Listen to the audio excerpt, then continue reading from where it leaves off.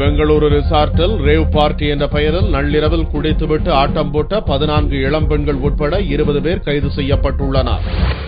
பெங்களூரு நெலமங்கலா பகுதியில் உள்ள ஐஸ்வர்யா கவுண்டி ரிசார்ட்டில் சட்டவிரோதமான முறையில் பலான பார்ட்டி நடத்தப்படுவதாக போலீசாருக்கு தகவல் வந்தது. அதையடுத்து போலீஸ் படையினர் அதிரடியாக ரிசார்ட்டில் நுழைந்தபோது இளைஞர்களும் இளம்பெண்களும் அரைகுறை ஆடைகளுடன் அருவருக்கத்தக்க முறையில் ஆட்டம் போட்டுக் கொண்டிருந்தனர்.